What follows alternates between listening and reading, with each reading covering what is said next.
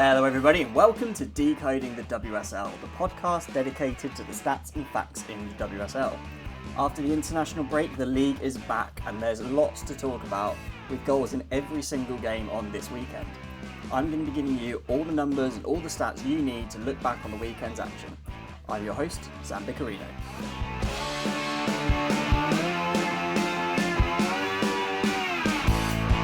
Yes, hello listener and welcome to another episode of Decoding the WSL. Before we dive in, I just wanted to mention that you might start to notice some adverts on the podcast. This is something I've brought in to help fund things like travel and equipment and hopefully in the future bring you a wider variety of content rather than just listening to me on a podcast. That said, I wanted to assure you that one thing you won't be hearing is any adverts from gambling companies, because I know that while some people, myself included, enjoy a little flutter every now and then, I'm also aware that it can have a really negative impact on a lot of people's lives. And because of that, I've decided that I'm not going to take any money from gambling companies on ads for this show. So thanks for your understanding, and as always, thank you for joining me, listener. And now let's get into the week's action with a little look back at what happened this weekend. Halloween may be over, but Alessia Russo is still haunting Man United as their former striker scored for Arsenal in the draw at LSV. Nikita Paris hit headlines once again at a new club, her goal being the only difference between Brighton and Leicester. Meanwhile, it was Jess Park playing Palace off the park at Selhurst Park, as City ran away with 3 goals and all 3 points. Spurs and West Ham had scored 2/3 of the own goals this season, and the game was decided by, oh look, an own goal. The Missy Kearns derby turned into the Taylor Hines show as Jamaica's newest debutante scored both goals to win away at Villa Park. And finally, it was the match Everton dubbed as Battle of the Blues, but it was the most one-sided battle you ever saw as Chelsea put 5 past Everton with no reply. But let's start the pod with the game at LSV. So, Sunday afternoon was the first game of the weekend, 12:30 at LSV, live on BBC Two. It was Man United against Arsenal. I dubbed this in the preview episode as the two teams that I think are going to be battling it out for 3rd place in the WSL this season. The game was probably one that Arsenal dominated. I think everyone would agree on that. Millie Turner came to the rescue twice for Man United in the first half, once blocking Russo's shot and one clearance pretty much off the line. Liavalti hit the post in the second half, and then once Mallard came on the pitch, that was when the 2 goals came in. So about a couple of minutes after she came on, she didn't track Emily Fox's run through into the box. Mariona Caldente played her in, and then Fox played it across for Russo to shoot past Valentulas Joyce. Man United's first goal they've conceded at home in the WSL this season. But then later in the game, Rachel Williams, as per, being great in the air, won a header from a corner. It was aimed at Mallard, who got a little nick on it in front of Daphne van Domselaar, a little backwards header into the goal. And she had quite a big part in both goals there, Melvie and Mallard. Arsenal have now scored in 9 away games in a row in the WSL, which is a streak they'll be looking to continue as the season goes on, because it's not something that many teams will be able to do. In terms of this match in particular, like I mentioned, Arsenal definitely had the better of it. It was 60% possession to Arsenal in the game.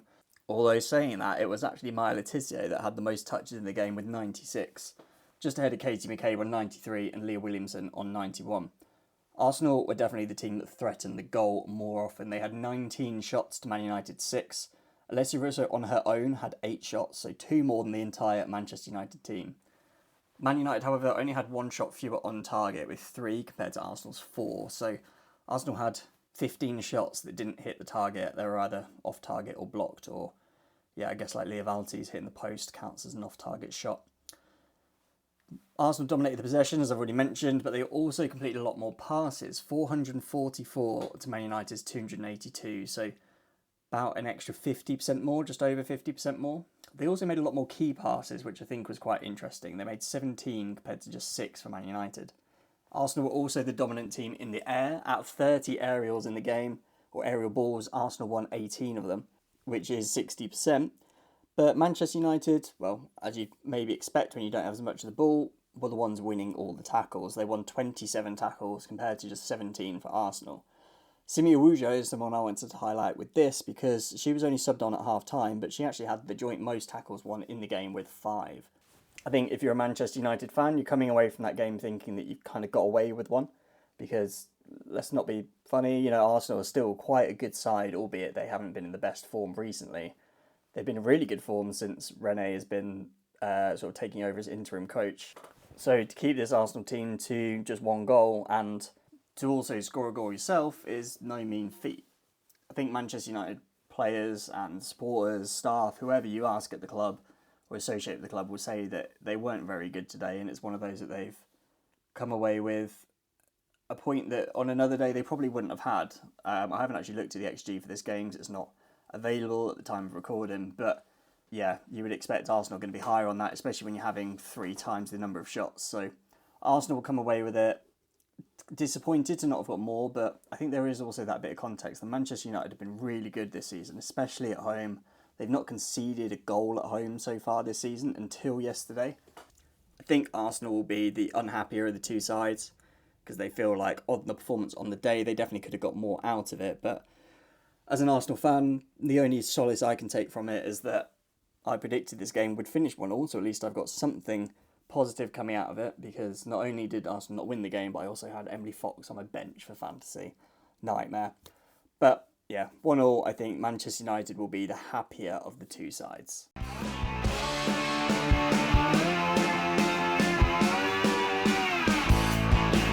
On to the first of the 2 p.m. games on Sunday. This one was at the Broadfield Stadium in Crawley, also live on YouTube. It's Brighton 1, Leicester 0. Frank Kirby almost had a chance early doors, running in behind, but Leipzig mopped up well for Leicester. Paris did end up taking the lead for Brighton. She headed in a Karaballi cross and beat Swaby to the ball in the air. Paris had a few other chances in the game as well, but Sophie Howard, I thought, did really well to keep her quiet. I think obviously the goal that Paris scored was when Sophie Howard wasn't actually marking her. I don't know if that was a tactical change after that for, Leicester's best aerial threat to try and squander Brighton's best attacking threat, but seemed to work from there on out. There were some other chances in the game, but neither keeper was really tested that much. I predicted before the game that this would finish 1-0 because I think Brighton would just attack, and Leicester are really defensively solid. They're very resilient, but they also don't have that much going forward. They've got a lot of really good players out injured at the moment. They've got no Shannon O'Brien, they've got no Jutta Rantala, they've got no Lena Peterman, they've got no Naomi Mouchon. So some of their biggest attacking threats are all sidelined at the moment with injuries. They're struggling to score, but they're being kept in the league as such. I know it's early doors, but they're being kept out of the relegation zone at least because of how good they are defensively. Brighton, after this result, are still unbeaten at home in the WSL this season. I think that's 3 wins and a draw now. Leicester have now only won 1 of their last 14 WSL games, which is definitely something they need to turn around. I think the manager needs to be given a bit of slack because of the injury crisis they've got. Once they've got a full squad fit and firing, I'm sure they'll be getting a few wins, especially against those teams sort of in the bottom half. Brighton, however, are not one of those teams in the bottom half. They've actually moved above Man United now into 3rd place in the league. They're in the Champions League places after 6 games. That's not really somewhere where I would think Brighton would expect to be. I think they would have expected to have a better season than they did last season, especially, they've got a new manager coming in. They've made some really good signings, players like Frank Kirby and Nikita Paris, amongst others. But 3rd place is probably better than they ever expected. But they're good value for it, and they played really well in this game. They had the majority of the possession, about 2/3 of it. They had a lot more touches on the ball than Leicester did. In fact, Guri Bergsvan was the only player to have over 100 touches on the ball with 128. She also completed 111 passes, which is a hell of a lot.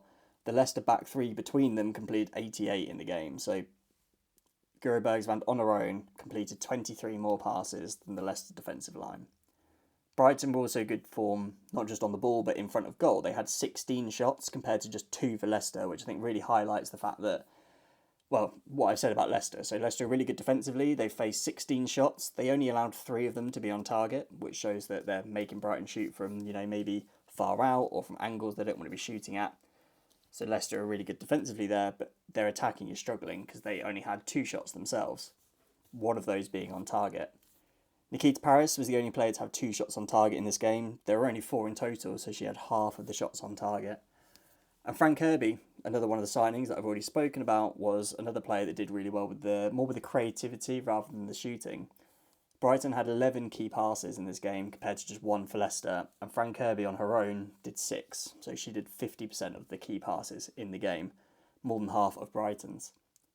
I think, like I said, I seem to know what I'm talking about because I predicted 1-0 for this game before the weekend, and 1-0 it was. Brighton are a team that are getting to that point where they're not just in a purple patch and they're not just in good form. If they can actually keep this up, we could see a Brighton team, or Brighton be that next team that challenges the top 3 or 4. We've seen it in previous seasons. I think it was mainly Spurs and Liverpool last season. Then before that, Aston Villa were the team that were challenging. There's a few teams that have challenged for a season, and Brighton will, I think, be the team that does it this season. Whether they can actually get a Champions League spot, whether they can maintain it next season, who knows? We'll have to wait and see.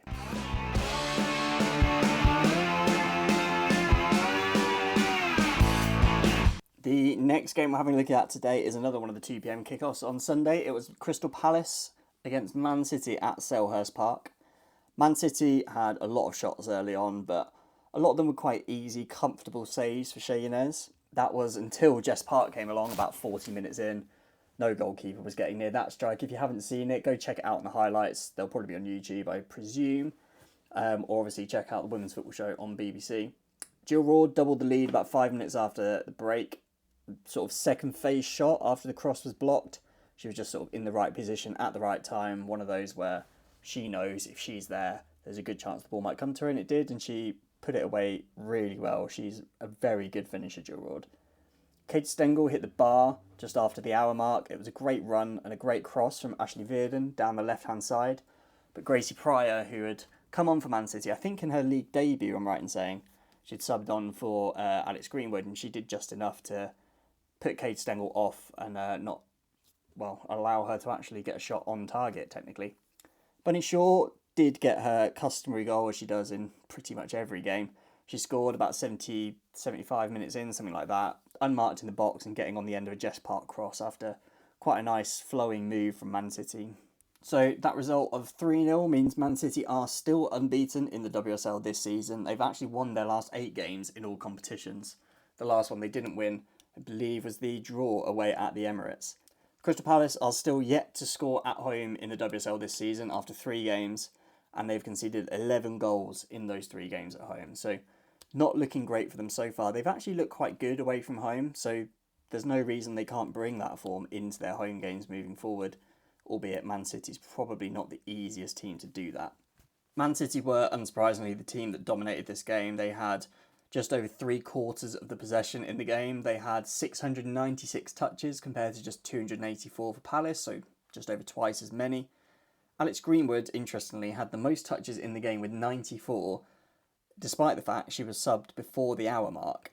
Shea Yanez was the person that had the most for Crystal Palace at just 39 touches. City also dominated the shots. They had 14 shots compared to just 2 for Crystal Palace, and Palace didn't actually get a shot on target in this game, whereas Man City got 6. The closest Palace came, obviously, it was that shot from Kate Stengel that hit the bar, as I mentioned earlier.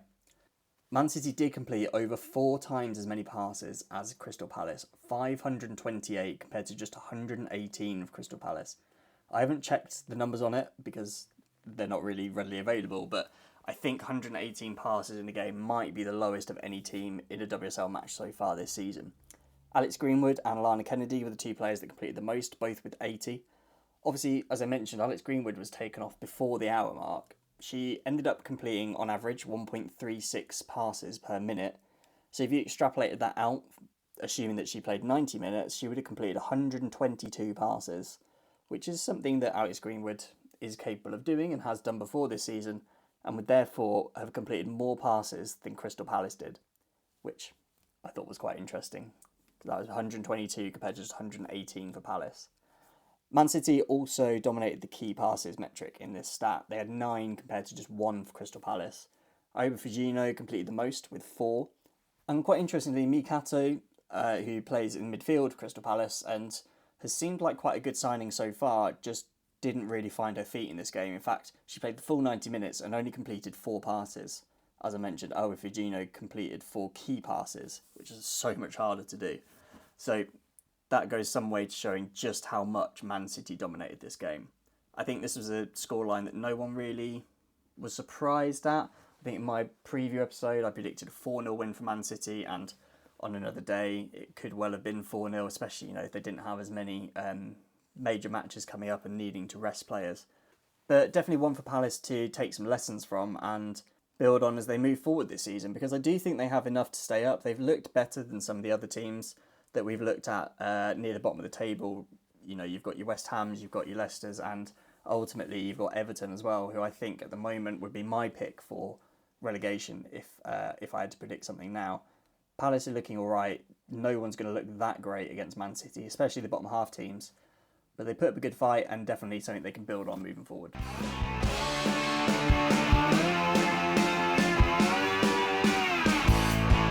The last of the 2 p.m. games on Sunday was Spurs against West Ham. This was at Brisbane Road, commonly known as the Valley for Charlton. It was Spurs 2, West Ham 1. Spurs scored a really nice goal very early on. Ash Neville put in a crossfield ball to Morris, who took a really good first touch, almost a back heel, across to England, who netted, but it was ruled out for offside for Morris. Uweki got the first goal of the game from a corner, beating both Bartrip and England in the air as all three of them went for the same ball. Beth England, however, did equalise eventually, after Martha Thomas had a really good shot saved by King of Shemek. Wimberg then hit the post from the rebound, and from the rebound of that, Bethany England finally got her goal with what was in the end quite an easy tap in. Martha Thomas also almost scored again soon after, but again, Shemek did enough. She didn't get a goal in this game, once again, Martha Thomas, but she did have a really good game, and I think that she's the sort of player that there might end up being questions getting asked because she does very well for Scotland, and she's obviously a centre-forward that isn't scoring many goals for Spurs, but if you watch her games and watch her during games, you'll see that she's a lot more than just a goal scorer for Spurs. She does a lot more of the creative work, she does a lot more of the hassling, she occupies defenders, things like that, and I can definitely see why Robert Villahan wants to keep her in the team. As the game went on, both sides had some good opportunities to score, but neither team could quite get it over the line. That was until summer signing Camilla Sires tried to clear it, but ended up lobbing her own goalkeeper and scoring an own goal to give Spurs the winner. It was very strange. I'm not really sure why, making a clearance is fine. I don't know why you would aim that clearance towards your own goal. She seemed to have enough space and time to at least put it out towards the corner flag, maybe get it out for a throw-in rather than a corner if you can, but to actually kick it towards your own goal seemed like a very strange decision. I don't really know why, but there have only been 4 own goals in the WSL this season. Camilla Sires has 2 of them. The other one that she had was Everton's only goal of the season, deflecting in Melissa Lawley's cross when they played earlier in the season. Spurs are now back to winning ways after losing 3 WSL games in a row. However, it's not quite so good news for West Ham, who are now 15 matches in the WSL without a win, and that's 9 away games in the WSL without a win as well. So whether it's home or away, they are struggling. West Ham did actually have more of the ball in this game. They had 54% of the possession, so only slightly more than half. But the shots also show that it was quite a close game. Spurs had 15 shots to West Ham's 12, and 7 on target to West Ham's 4. So it was a much closer game than I thought this was going to be. I think I actually ended up predicting 2-1 for this. I was definitely and ahhing between 2-0 and 2-1. I can't remember exactly which one I went for. Let's go with 2-1. Give me the benefit of the doubt. But I thought Spurs were going to have a much more comfortable time of it in this game. But Rianne Skin is doing well. This was obviously against her former side as well, wanting to make a point, which she kind of did. But Spurs ended up coming out victors, and I think deservedly so. They've had a struggle at the start of the season, let's be honest. Nowhere near where they were last season. Yes, they've lost some players, some very important players as well, and people like Grace Clinton and Celine Bazette. But you wouldn't expect them to be, they're languishing down in 8th at the moment. They're 4 points off 5th place. Whereas last season you were expecting they might be one of the teams that can break into that top 4. But there we go. That is Spurs for you at the moment, and they're doing the right things. They're just not quite getting the right results at the moment. Let's see how the season goes on for them. Right, there are a couple more matches for us to have a look at this weekend, and we'll get to them after the break.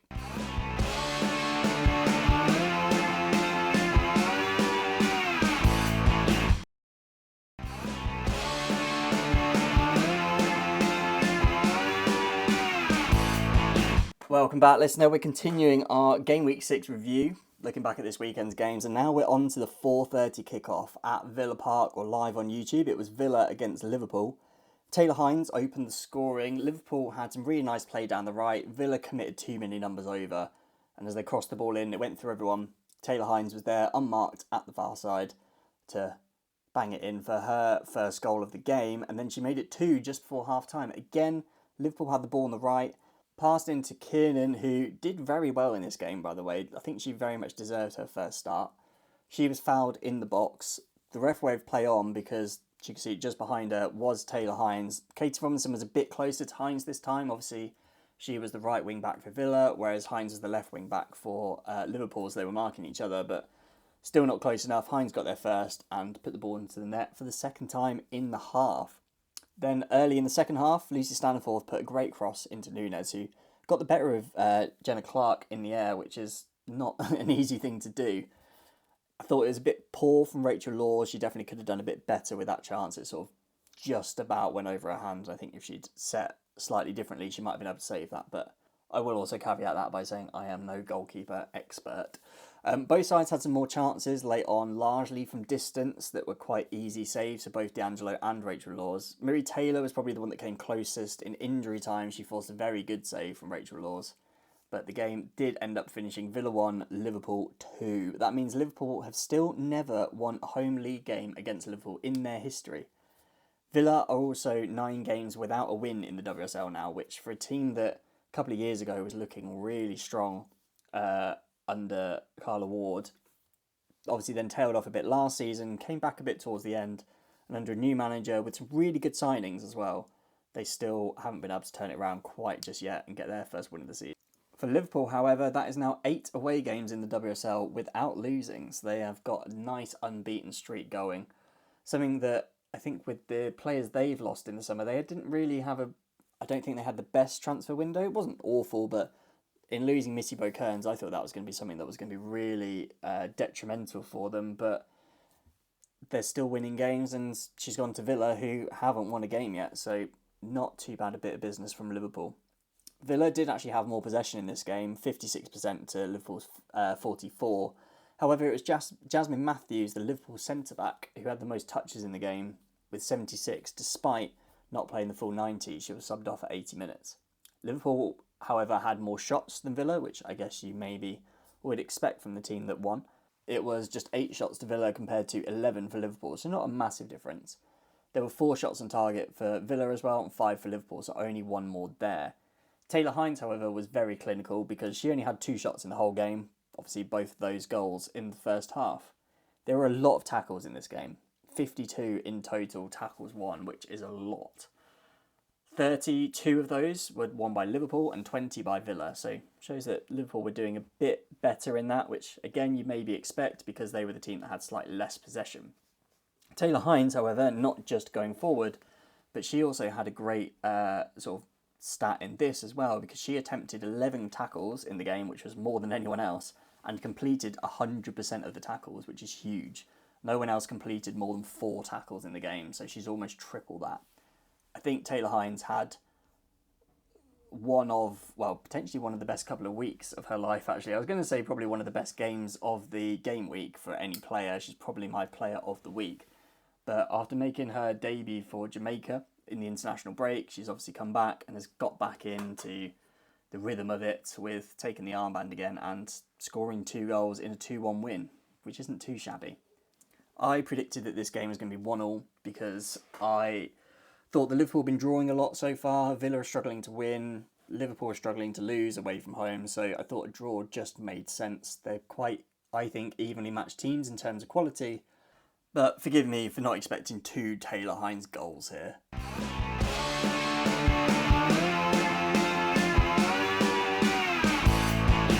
And then the final game of the weekend was Everton 0, Chelsea 5. This one was 6:45 on Sunday evening, live on Sky Sports and at Goodison Park, which was nice to see. I always think that when Everton are at home, they often look like they're not really a WSL side because their stadium doesn't really look like a stadium. It's just a lot of people standing around a field.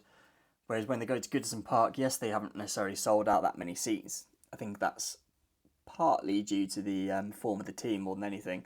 But it's great to see the club supporting the women's side in that way, because we know that Everton aren't a team that have money to burn at the moment as a club, and obviously hosting games at the men's stadium can be financially quite risky and losing money on it. So kudos to them for putting it a Goodison Park nonetheless, even though it was a game that they weren't really going to see much success in.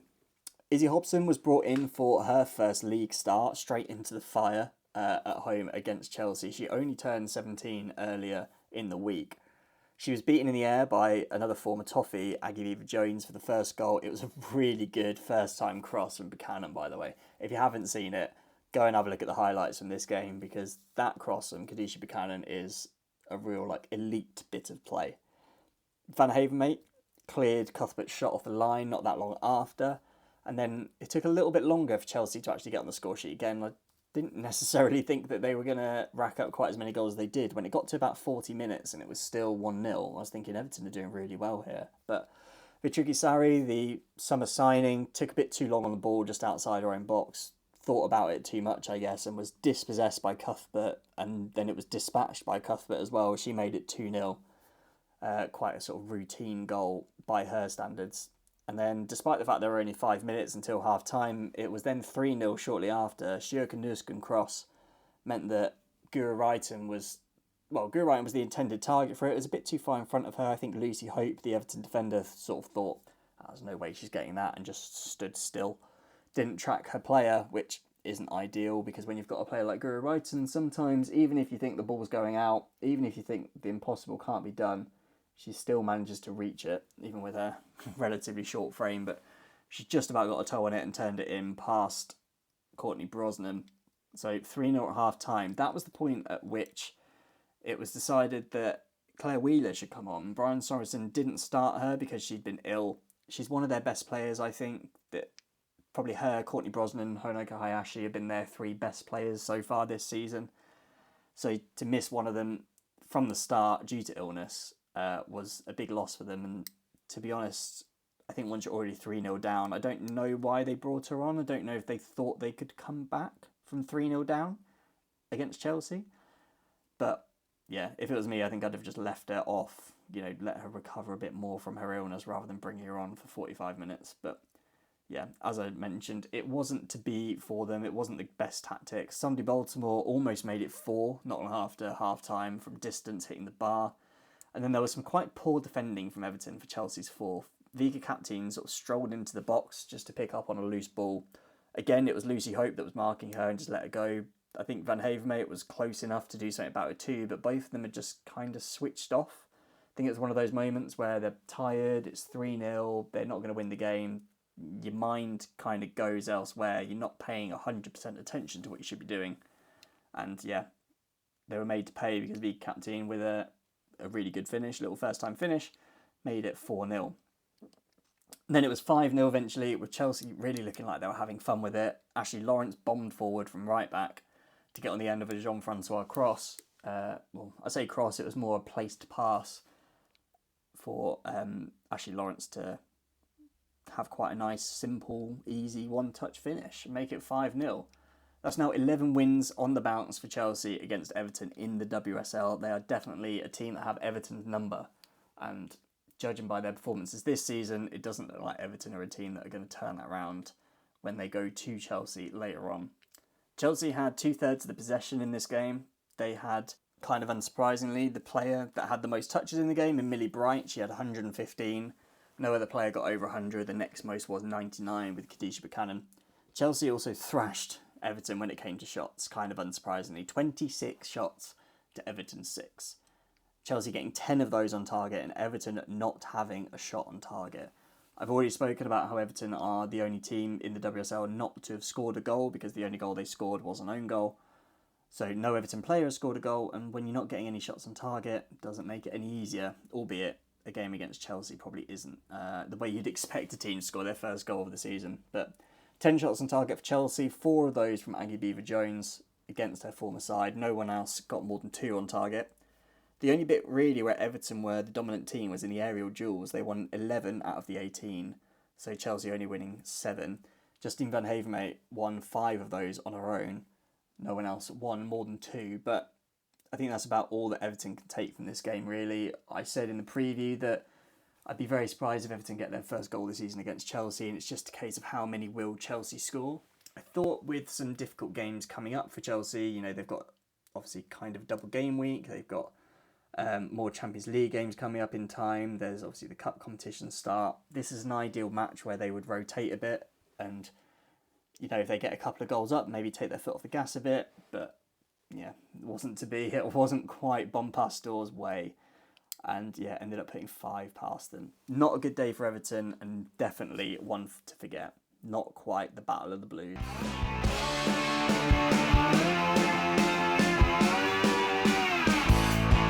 So listener, there is your roundup of game week 6. I hope you enjoyed the game, especially if you went to go to any of the games in person. I hope you enjoyed the football. I know I went to one of the games this weekend, not a WSL game, but actually an FA Cup game. I went to watch my local side, Peterborough United, beat Billericay Town from the league above. Ended up being on penalties. Really good game to watch, actually. I'd not been to see a game at this level before. It was the sort of Peterborough top of FA Women's National League Midlands, I think it is, so the 4th tier. So what I wanted to highlight was that in going to this game, I didn't really know exactly what level of football I was going to be watching. I knew Peterborough were doing well in the league that they're in, but in the 4th tier, it's all amateur. I don't know what sort of the quality was like, but I was actually very impressed. And I think that goes some way to show the development of the women's game at the moment. Because if you look back, I think, 10, 15 years ago, at the quality of the top tier, you can obviously find England games, you can find sort of the old WSL games, things like that, and see the difference in quality. I think you can see the women's game is getting better and better and better, not just at the top tier, but I think lower down as well. I was really impressed, actually, by Peterborough United, despite being in the 4th tier, and yeah, hopefully, fingers crossed, as a Peterborough resident myself, hopefully that will continue. But anyway, back to WSL stuff, and thank you for tuning in to Decoding the WSL this week. If you enjoyed today's episode, do make sure that you follow or subscribe wherever you get your podcasts. It really helps if you can give a 5-star review as well. It does go a long way in helping others find the show. You can also join the conversation by following on Instagram at Decoding the WSL, and join the discussion over on Reddit as well at r/Decoding the WSL. Then, obviously, for even more stats and insights, follow me on X and Instagram and Threads as well now at Stattorino. If you want to get in touch, do just drop a message on socials or send an email to decodingthewslpod@gmail.com. I always love to hear thoughts and any questions you have. I always like to hear sort of ideas for episodes. I've had a couple of ideas that people have sent me recently, looking at Man City's winger situation with Fujino, Kelly, Fowler, people like that, and how they may be changing. And then someone also asked for a bit of an update about Geraldine Carabali, because she's been sort of a bit of a revelation. I think she was kind of quiet last season, didn't really hit many headlines, but she's been brilliant at Brighton this season. So she's another player that I might end up doing her own episode on. But yeah, that's what we've sort of got coming up. So thank you again for listening, listener. Thank you for joining me on this, Monday evening for me, probably be Tuesday at least by the time you listen to this. Thank you for listening, and I'll see you at the next one.